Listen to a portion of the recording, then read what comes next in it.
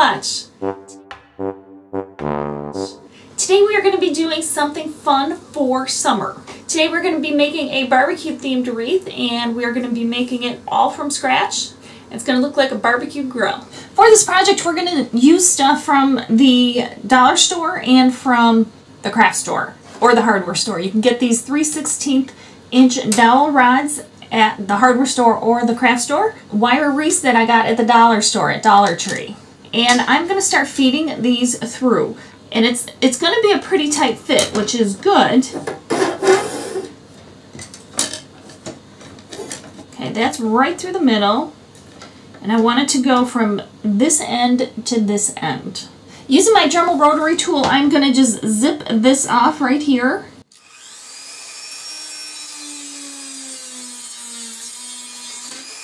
And I think I like this spacing, so I'm going to continue to add and cut pieces as we go.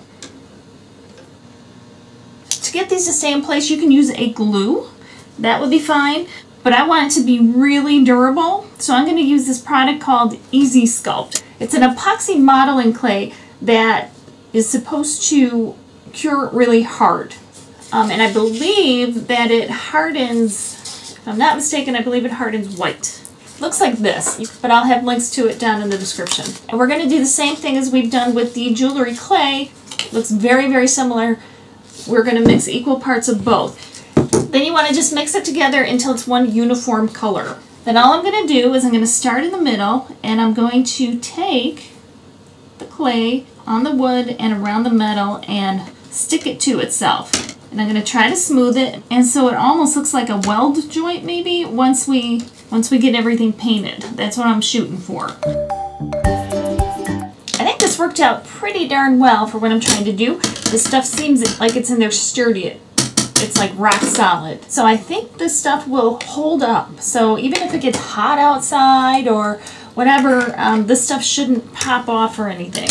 So I'm going to actually take this out to the garage and paint it right now. I'm using a paint that will adhere to both metal and plastic and wood and just about anything. So I will do the front and I will do the back.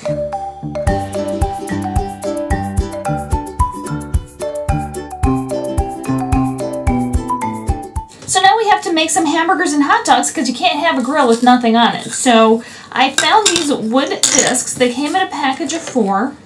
Just like this, I drilled a couple of holes in it, and I did that on 2 of those, and I have this dowel rod. Do not ask me the size, I don't know. I cut it into slices, and that's going to be the base for, or the inside of our hot dog, because what we have to do is wire these onto the wreath. And I thought the easiest way to do that would be to embed a wire in them, and this is 16 gauge wire that I'm going to use. And I'm using silver because the grates on the grill are silver.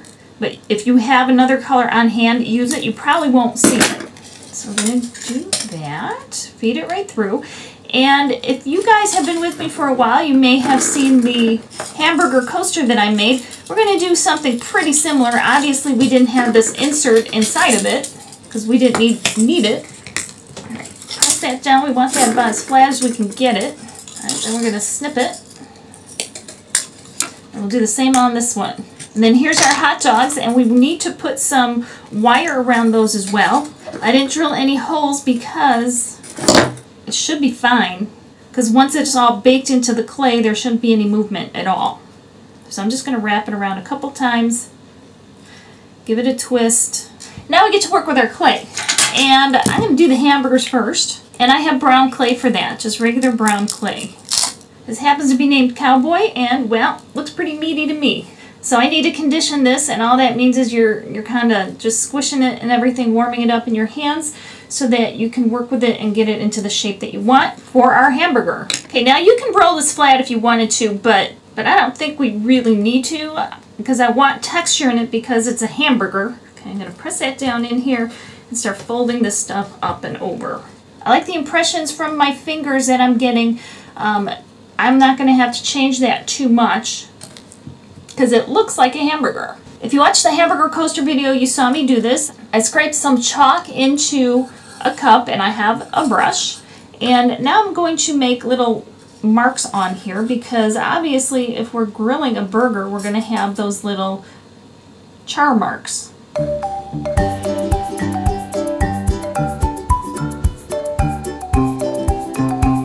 Okay, then I'm going to lightly do it everywhere else. This will help get rid of some of the fingerprints and give it a little more of a realistic look. And then we just put it on our pan and we're going to stick that in the oven and bake it according to the directions on our clay package. Now we need to work on our hot dogs, and I have this color called cinnamon. And we're going to do the same thing once we get it conditioned. We're going to wrap it around that wood dowel. And there's plenty here to go all the way around. And I'm rolling it just to get it nice and smooth. Look at that, perfect. And I'm going to do the edges. There's our hot dog. And then with my craft knife, I'm just going to make those little end wrinkles. I don't know, what do you call them? Indents. Just like that.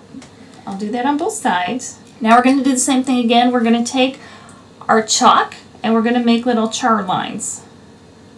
Because if they're cooking on the grill, this is what's going to happen. Okay, then we're going to put that on as well. And we've got to do that 3 more times. Our grill has dried. Our hot dogs and our hamburgers are all finished as well and cooled off. So we can put those on there, and it worked out perfectly with the wire. So now I just got to place them and I'll wire them on. And I have other accessories to go with it too. At the dollar store, I had this for $1. I got this for $1. I got both of these together for $1. So before I wire them on, I want to kind of just get an idea of where I'm going to place everything so that I don't get a whole lot of overlap. I'll have ketchup on one side, mustard on the other.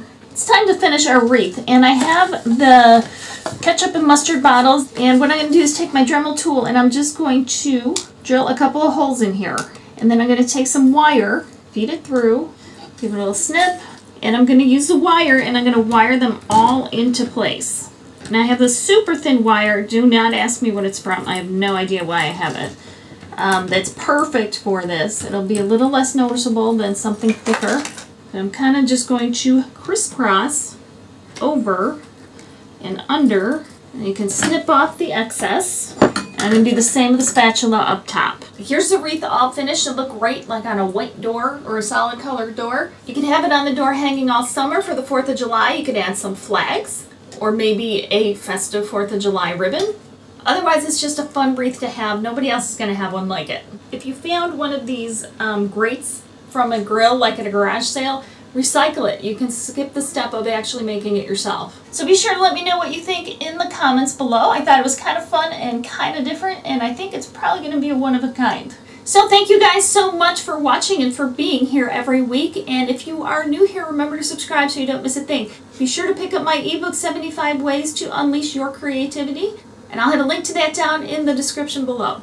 So thank you again. I will see you next time. Remember, life is too short not to shimmer. So grab your glue gun and your glitter. Stay safe. Bye, guys.